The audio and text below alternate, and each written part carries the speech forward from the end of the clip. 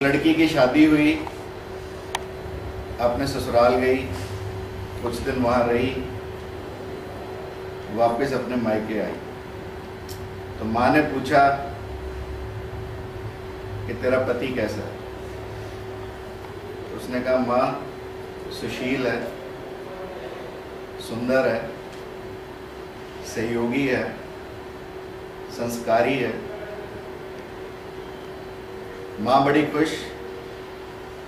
बेटी ने फिर कहा माँ वो कविता लिखना भी जानता है, कवि भी है। तो माँ ने कहा बेटी कोई ना कोई कमी तो रह ही जाती है। तो बंदों में तो कोई ना कोई कमी हमेशा रह जाती है, परंतु औरत परमात्मा की एक ऐसी कृति है जो पूर्ण है, जो परमात्मा का ही स्वरूप है। और यदि मैं ये कहूं कि वो परमात्मा ही है तो कोई अतिशयोक्ति ना हो। If you ask me what a woman is,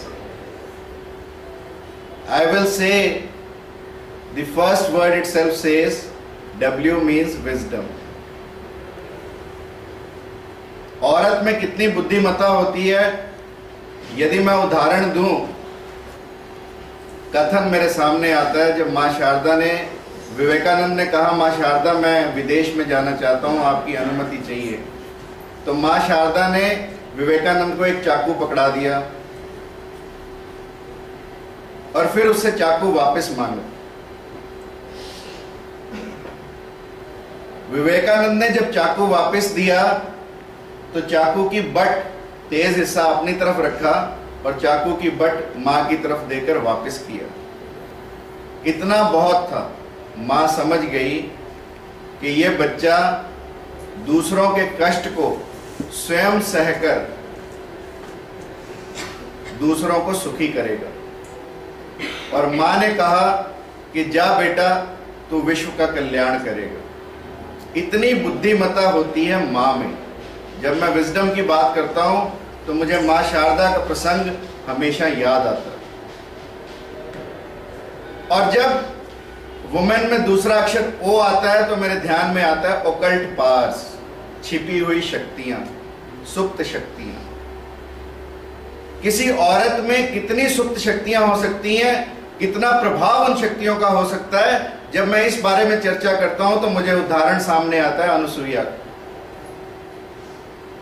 Anusuiya के बारे में कहते हैं कि तीनों ब्रह्मा विष्णु महेश सतीत्व की परीक्षा कर रहे थे।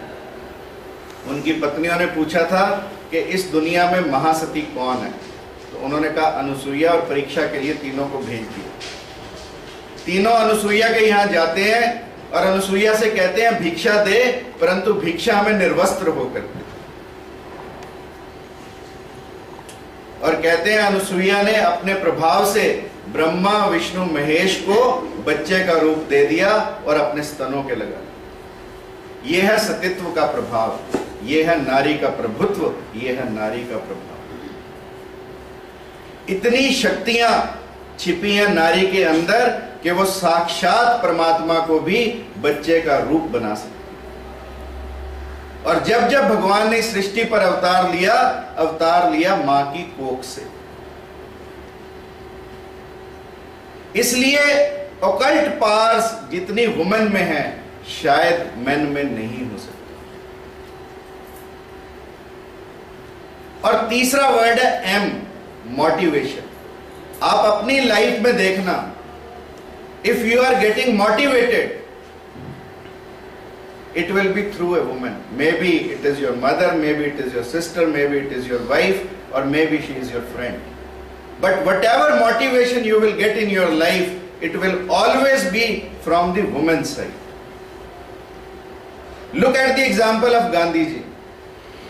अगर कस्तूरबा ना होती तो गांधी जी नहीं होते। यदि मां शारदा नहीं होती तो रामकृष्ण परमहंस नहीं होते। और यदि जीजाबाई नहीं होती तो शिवाजी मराठा नहीं होते।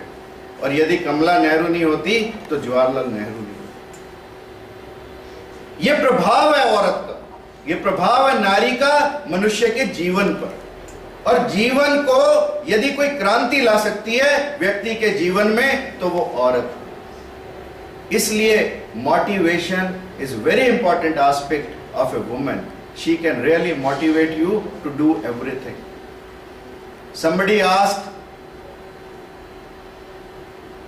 हिलेरी कि आप माउंट एवरेस्ट पर कैसे चढ़ गए? तो उसने कहा कि औरत से भागकर व्यक्ति कहीं भी चढ़ सकता है। यानी at the back of the side it was motivation from the female. और तुलसीदास रामायण की रचना नहीं करते यदि औरत द्वारा ठुकराए ना जाते, परंतु वो ठुकराना नहीं है, वो प्यार का ठुकराना है, वो एक मोटिवेशन है, टू मोटिवेट यू। वो कोई डांट नहीं है, कोई डपट नहीं है। और माँ भी जब हमारे साथ ऐसा करती है तो वो कोई डांट डपट नहीं होती, वो प्यार भरी दुलार होती। And if I come to the next word, that is a, the attitude of sacrifice. If you find it is maximum in females. Males cannot sacrifice anything but for their life. Nothing they can sacrifice. But it is female who can sacrifice everything. You see, think of a situation जहां males को ससुराल में जाके रहना पड़े. It is only a female who can come and get settled in a family which is totally unknown to her. A male cannot do it. So attitude of sacrifice is inherently present in females that we need to understand. And last but not the least, N is never given. A female never gives in. आदमी टूट सकता है परंतु औरत नहीं। रानी झांसी, मैं झांसी नहीं दूंगी अपने जीवन में, भले ही मुझे शहीद होना पड़े। रानी चेन्नम्मा ने किटूर नहीं दिया अंग्रेजों को, अपनी जान दे दी। रानी दुर्गावती ने गोंडवाना में घुसने नहीं दिया अंग्रेजों को, अपनी जान दे दी। रानी कर्मावती ने में घुसने नहीं दिया मुसलमानों को, और जब तक मुसलमान उसके शरीर को हाथ लगाने पहुंचे तब तक वो अपने आप को सती कर चुकी थी। रानी हाड़ा चूड़ावत सरदार की पत्नी थी, और चूड़ावत सरदार जब फौज में लड़ने के लिए जाने लगे आगे तो बार बार ध्यान अपनी नई ब्याहता हाड़ा की तरफ लगा रहे। बार बार संदेशा भिजवाकर पूछे कि मेरी रानी कैसी है, क्योंकि नई ब्याही आई थी। जब रानी हाड़ा को लगा कि चूड़ावत आज आगे सेना में कुछ नहीं करने वाला, क्योंकि उसका ध्यान तो तुझ में लगा है, तो जब नौकर पूछने आया रानी का हाल तो अपना सिर काटकर नौकर को दिया कि कह देना सरदार चूड़ावत से कि मैंने तो अपना फर्ज निभा दिया, अब तू अपना फर्ज सीमा पर जाकर निभा। This is called never given attitude. And this never given attitude you can find only in females, not in males. The love, the compassion, it is inherent to females because they work with the right side of the brain and we work with the left side of the brain. हमारे अंदर, आदमी के अंदर, and it is scientifically proven. I am not saying anything which is based upon some myths or some stories. What I am telling you is true scientific research. The research says that females, they work with the right hemisphere of the brain and males they work with the left hemisphere of the brain. And the जो भी चीजें, चाहे वो प्रेम है, चाहे वो दया है, चाहे वो करुणा है, चाहे वो ममता है, ये सब चीजें, सब इमोशंस हमारे राइट साइड ऑफ ब्रेन की।